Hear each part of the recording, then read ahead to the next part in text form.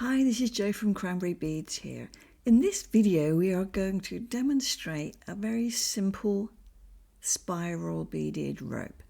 It's nice, easy technique to get you started bead weaving, but once you've got the basics, you can really add a lot of variation into this technique. I'm going to show you a few separate samples, but first off, this is the basic, and it's such a supple, lovely rope. You can bead it long, short, you can make a bracelet, a necklace, and you can make it to hang a pendant off of as well. It's so supple, you can knot it, you can create a lariat to tie knots on, and so many different variations that you can do with it. So let's take a look at some other samples.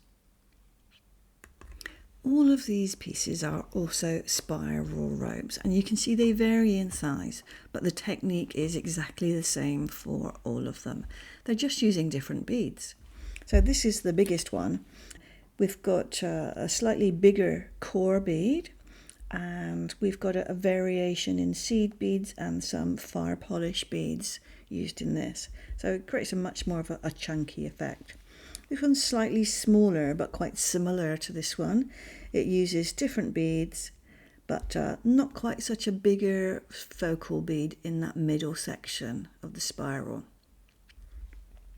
Going down in size, this is probably the next smallest.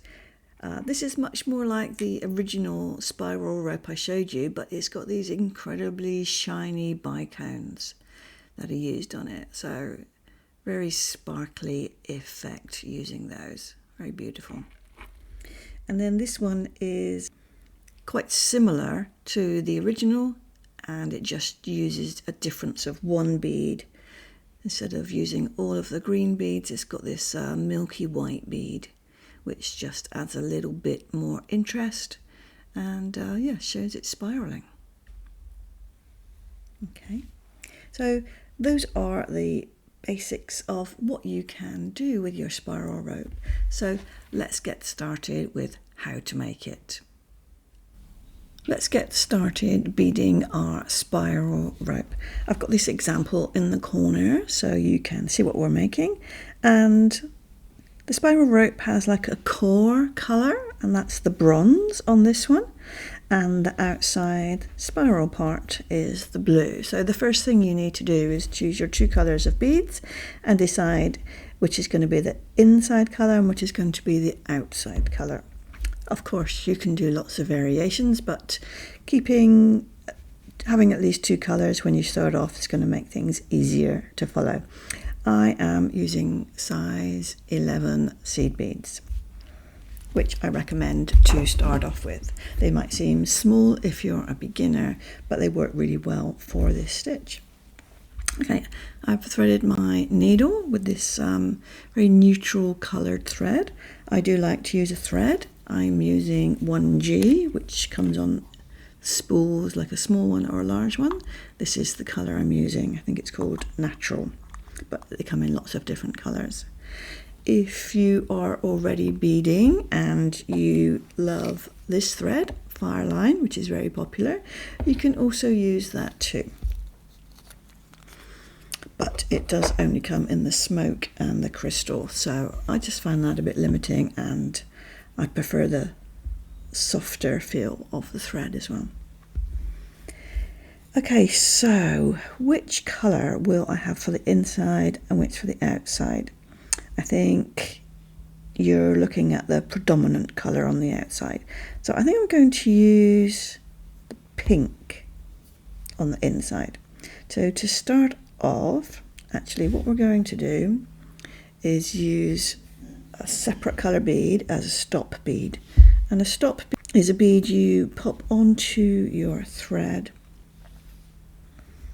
and you just go through it one more time, and that just stops your beads falling off the end of your thread when you start. Then we're going to start picking up the core beads, and I start with 4 core beads, and then I add 3 beads for the outside, which is the spiral. Bring them down to your stop bead, and we are going to go in like a circular fashion up through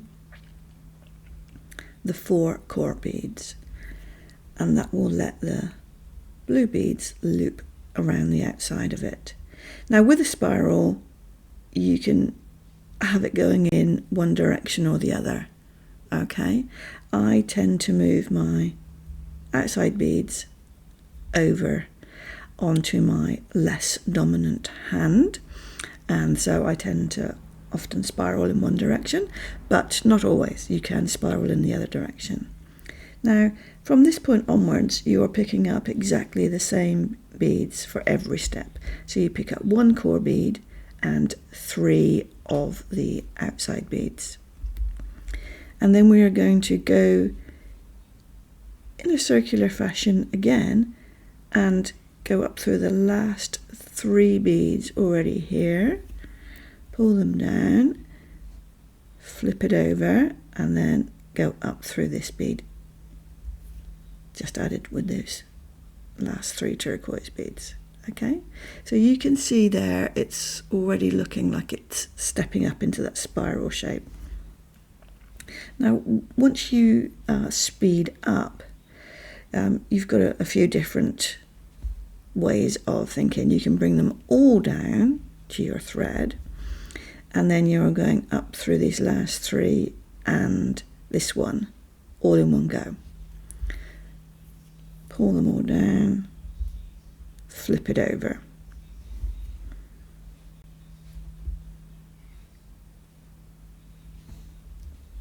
I think I prefer to do it this way. So bring them all down, and you're essentially, if we bring them all down, you're essentially going up the last 4 core beads. Now you can see the spiral already beginning to happen. Most people get into difficulties by doing this, and I'll show you what happens. They're not flipping the beads over to that side, so they'll get the next set of beads on their needle and they'll be looking at something like this, and they're going to put the next loop in here, and I'll show you what that looks like.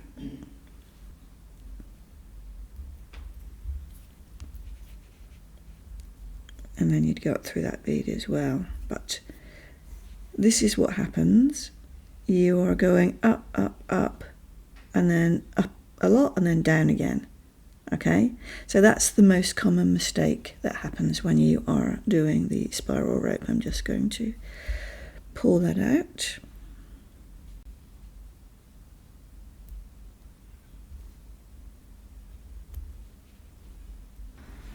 And rethread my needle. If you need to unpick with a spiral rope, I would always unthread your needle and not try to backtrack, because you're going through these core beads in the middle quite a few times, so the chances of you sort of trying to weave back with your needle are, the chances of you doing it are quite low. Okay, so do that flip. Always find the last point that you're up to.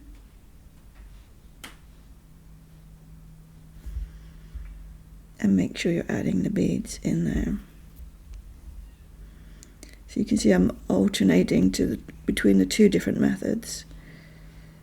But I think probably bringing them all down in one go.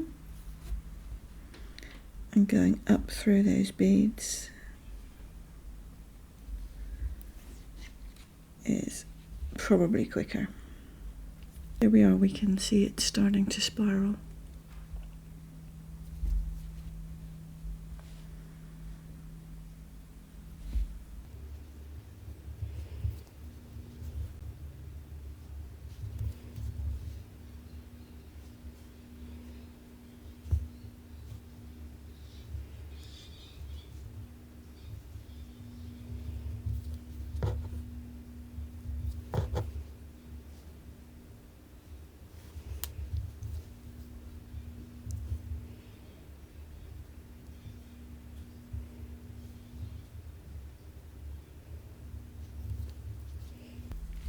So if you've got any questions, pop them below in the comments.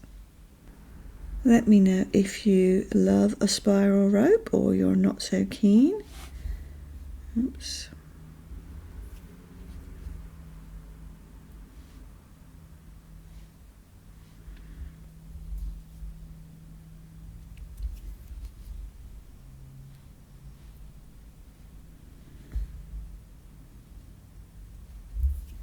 So we have all of the supplies at Cranberry that you need to get started with your bead weaving.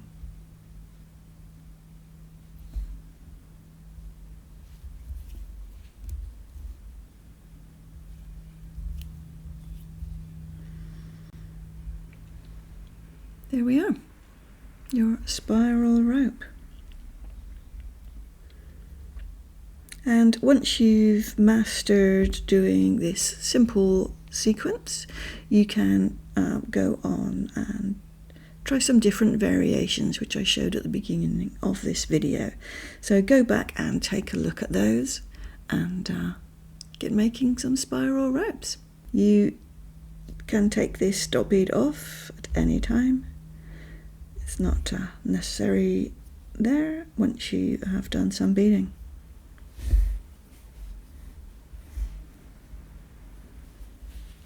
Always a very good stitch to have an understanding of the spiral rope. Very versatile. If you found this helpful, consider subscribing and give me a thumbs up.